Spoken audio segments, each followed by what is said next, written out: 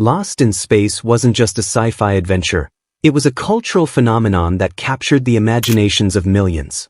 Behind the campy charm, unforgettable characters, and futuristic escapades, however, were real people with real struggles. While the Robinson family explored the galaxy on screen, some of the actors behind them faced battles of a very different kind: illness, personal loss, and untimely death. In this tribute, we honor the lives, careers, and heartbreaking fates of the beloved stars who brought Lost in Space to life and left this world far too soon. Jonathan Harris, the unforgettable face behind the conniving yet oddly endearing Dr. Zachary Smith in Lost in Space, 1965 to 1968, was born Jonathan Daniel Karasukin on November 6, 1914, in the Bronx, New York. A son of impoverished Russian Jewish immigrants, Harris grew up in a cramped tenement under the shadow of his father's cold silence and his mother's fragile hope. From an early age, he yearned not just to escape poverty, but to transform himself, changing his name, accent, even posture to shed the past like a skin he refused to wear. Despite his fierce intellect, the young Jonathan felt invisible. His odd manners made him a target of ridicule, and he responded with flamboyance. Theatricality became his shield. He pursued acting as a kind of salvation, though his early career was riddled with rejection and minor roles. Even when he landed the role of Dr. Smith, it was initially written as a dull, sinister saboteur. But Harris reshaped the character into a dramatic, campy coward, full of comic vanity and trembling dignity. His performance was electric, but it trapped him. The public adored Dr. Smith, yet that role became a double-edged sword. Harris could never escape it. Serious parts eluded him, and Hollywood soon dismissed him as a caricature. He pretended to laugh along, but privately he mourned the actor he had once hoped to become. Underneath the elaborate diction and showy wit lay a man haunted by irrelevance. He poured his anguish into perfectionism, often clashing with producers and co-stars, unwilling to settle for mediocrity but increasingly isolated. Though married to Gertrude Bregman from 1938 until his death, theirs was not a life of romantic ease. Harris lived in a carefully constructed emotional cocoon, shielded even from his wife. They had one son, but fatherhood came second to the exhausting performance of always being Jonathan Harris. In later years, he found some comfort in voice work, lending his unique tone to animations like A Bug's Life. Yet the applause always felt distant, echoes from a stage long dismantled. On November 3, 2002, just 3 days shy of his 88th birthday, Jonathan Harris died in Encino, California, from a blood clot to the heart. His estimated net worth was around $1.5 million. Modest by industry standards, but hard-won. Behind the grand gestures and flamboyant lines, he died as he had lived, always performing, always aching, always yearning to be remembered as something more than the cowardly doctor lost in space.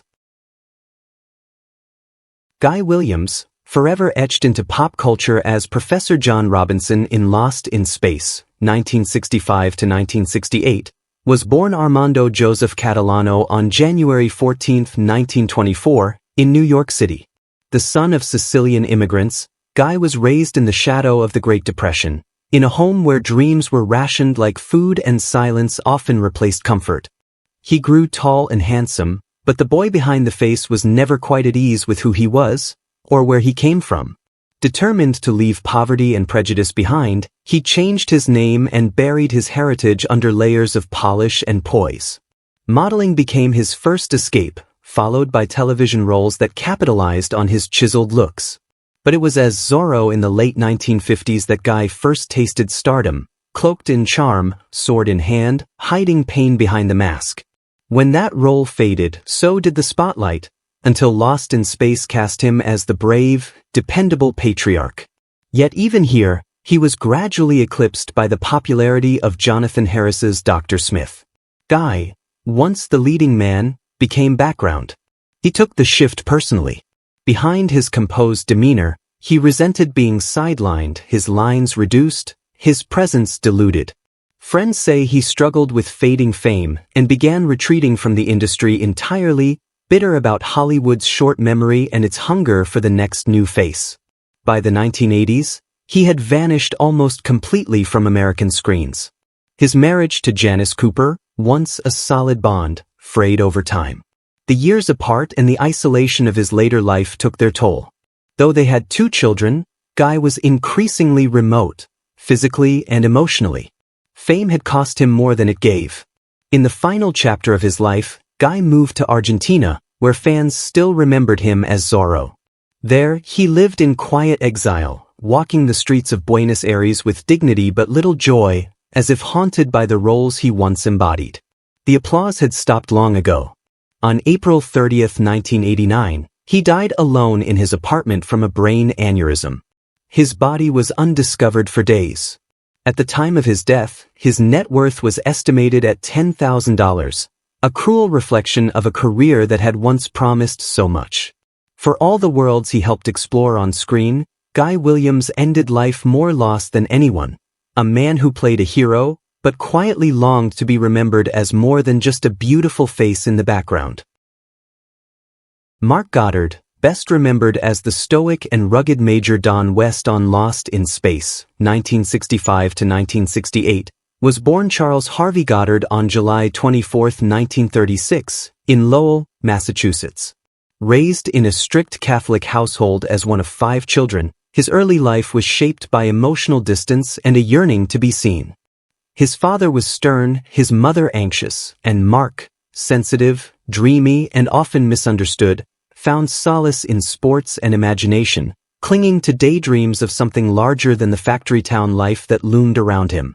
He pursued acting as a means of escape, not just from poverty, but from invisibility.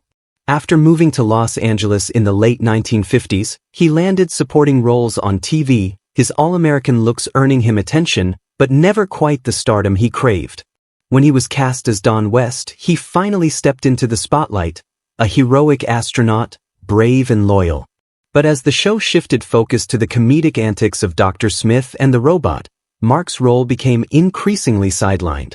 He felt it keenly, resenting the change, feeling lost in a show that had promised to center on action and adventure. After Lost in Space ended, offers dwindled. Typecast and creatively frustrated, Goddard drifted from Hollywood, grappling with the painful realization that he had been disposable in an industry he once trusted. He turned to alcohol to dull the ache of obscurity, losing himself in bitter years of failed auditions and personal regret. Fame had been brief and cruel. His personal life mirrored the turbulence of his career. His first marriage to actress Marcia Rogers lasted only a few years, marked by distance and emotional coldness. He later remarried and had children, but the shadows of his earlier failures often clouded his ability to be fully present. He later became a teacher, working with special education students, a humble chapter of redemption, where he finally felt useful, even if unrecognized.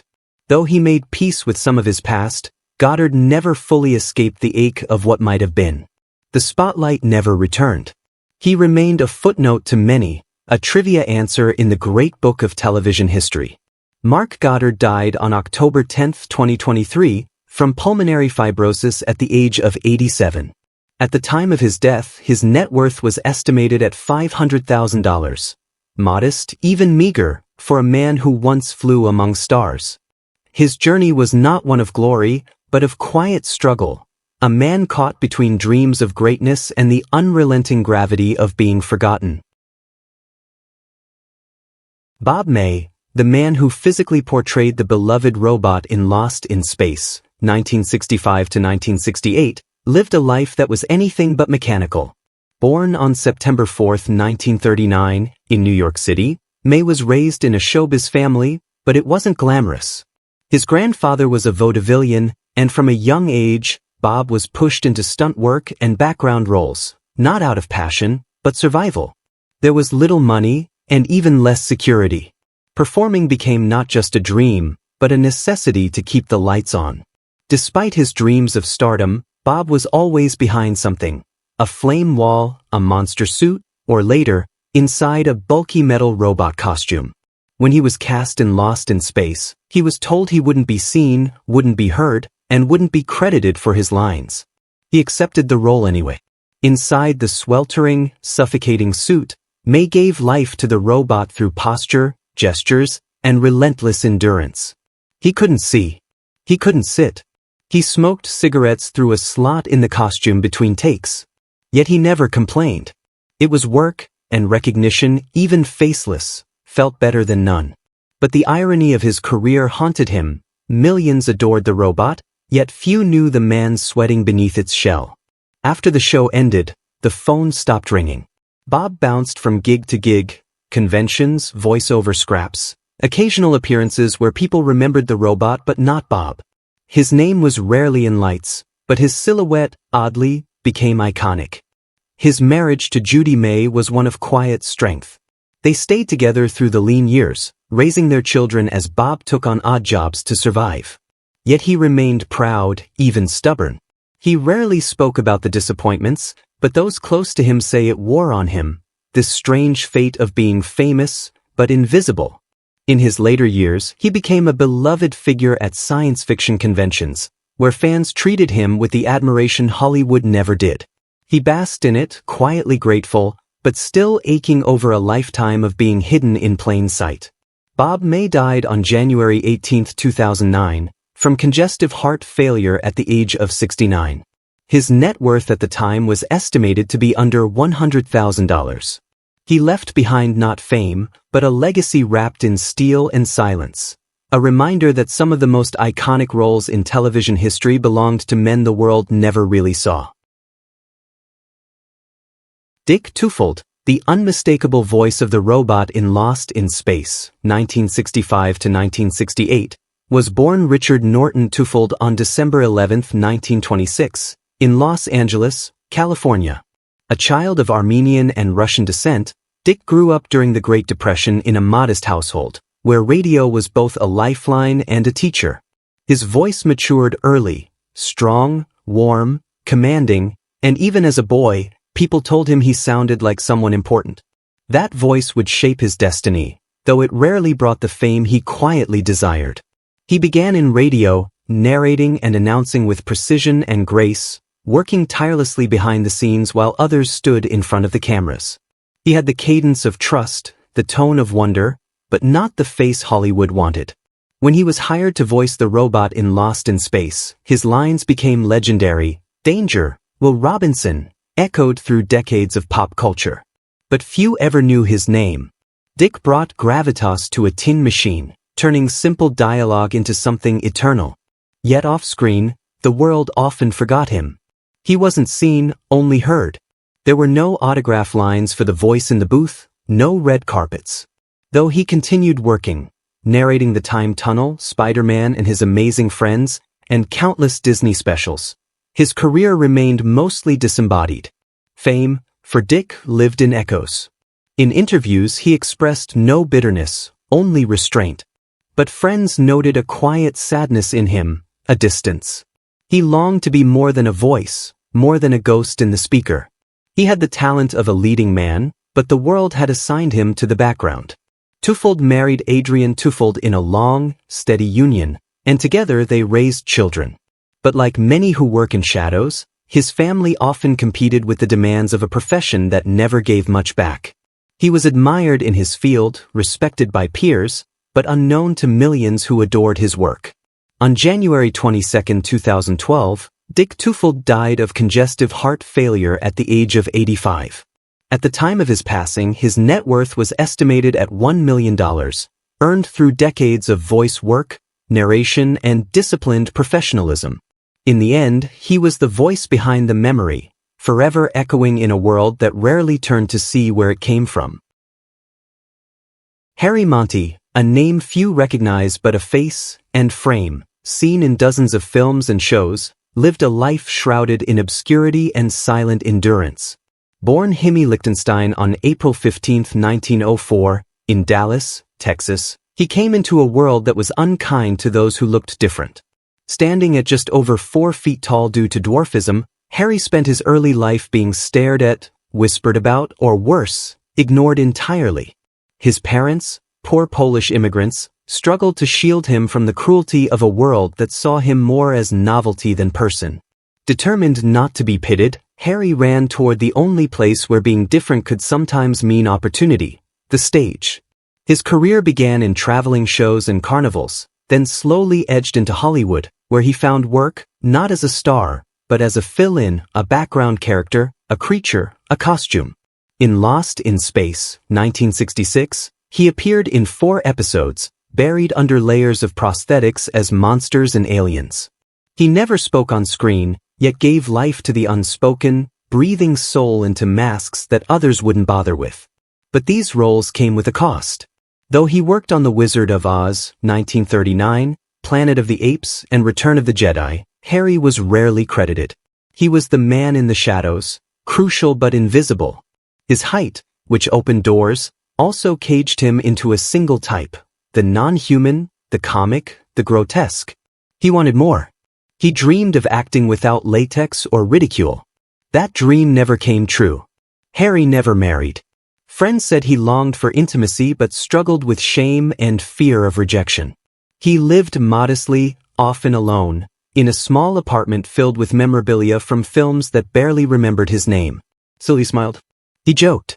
He showed up to set on time, performed without complaint, and left without applause. Inside, though, there was a quiet ache. A man who gave his life to the screen, yet was always just out of focus. Harry Monty died on December 28, 1999, in Beverly Hills, California, at the age of 95. His net worth at death was estimated under $50,000, a reflection not of laziness or lack of talent, but of an industry that used him without truly seeing him. He spent a lifetime bringing fantasies to life for others while quietly disappearing in his own. Albert Salmi, who made a chilling guest appearance in Lost in Space, 1965 to 1967, as both Ago and an alternate Dr. Smith, was not a household name, but he was an actor's actor, respected for his raw intensity and tragic realism. Born on March 11, 1928, in Brooklyn, New York, to Finnish immigrants, Salmi grew up in a world of blue-collar hardship. His father worked with his hands. Albert dreamed with his heart.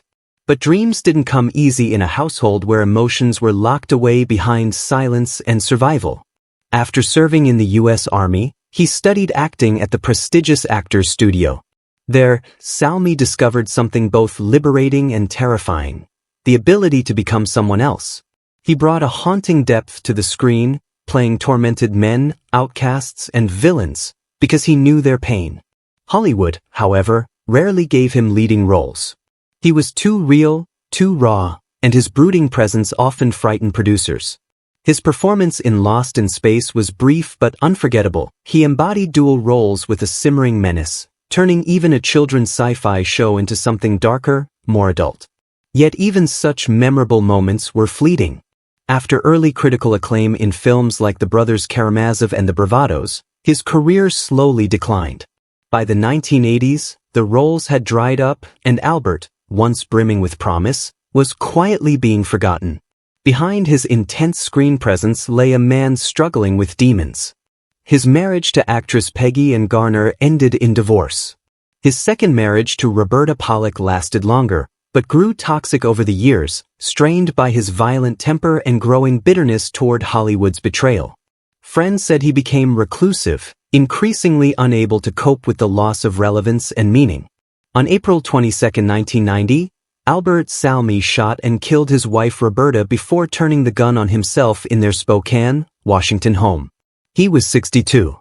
His net worth at the time of his death was estimated around $200,000, a tragic sum for a man who had once stood on the edge of greatness. In the end, he was not remembered for the roles he played, but for the darkness that consumed him. His life was a performance no one ever applauded, and a tragedy no one saw coming. Werner Klemperer, who briefly appeared in Lost in Space in 1967 as an alien commander, carried with him a legacy both towering and tormenting. Born on March 22, 1920, in Cologne, Germany, he was the son of famed conductor Otto Klemperer. But Werner's early years were anything but privileged. As Hitler rose to power, the Jewish Klemperer family fled Nazi Germany in 1933, resettling in the United States. For a boy of 13, exile left scars, displacement, identity confusion, and the early awareness of evil. After serving in the U.S. Army during World War II, Werner turned to acting. Though trained in music like his father, he sought refuge in performance, using it as a way to assert control in a world that once nearly destroyed him. Yet, in a strange twist of fate, he found fame not as a hero, but as the bumbling Nazi Colonel Wilhelm Klink in Hogan's Heroes. The irony was not lost on him. A Jewish man, playing a fool of a Nazi, laughed at by millions. Though he insisted that Colonel Klink never be portrayed as competent, the role haunted him. He became typecast, struggling to break free from the character that made him famous. His appearance on Lost in Space as a cold, authoritarian alien was brief, but emblematic. He was always cast as the villain, the voice of control, never the heart. Privately, Werner was an introspective man, witty but guarded, brilliant but sometimes remote. He married twice but had no children. His later years were spent more in music than television, often narrating and performing classical works, trying to reconnect with his roots. But the past never let go.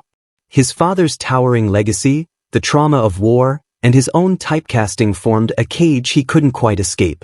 He continued working quietly into the 1990s, eventually stepping away from the industry. Those who knew him say he never craved stardom, only dignity. Still, being remembered only as Colonel Klink left him with a strange emptiness, a legacy built on contradiction. Werner Klemperer died from cancer on December 6, 2000, in Manhattan. He was 80. His net worth was estimated at $1.5 million, earned through decades of voice work, stage acting, and television. But behind the commanding voice and comedic uniform was a refugee, a survivor, a man who never fully escaped the shadows of history or the weight of the character that defined him. Strother Martin, who appeared as a guest alien in Lost in Space in 1966, was one of those rare character actors whose voice and face were instantly recognizable, yet whose soul remained largely hidden. Born on March 26, 1919, in Kokomo, Indiana, Strother was a small, sickly child with a lisp and poor eyesight. The other children mocked his speech, but he had something they didn't, a fierce intelligence and a yearning to belong somewhere, anywhere, beyond the cornfields and closed mines.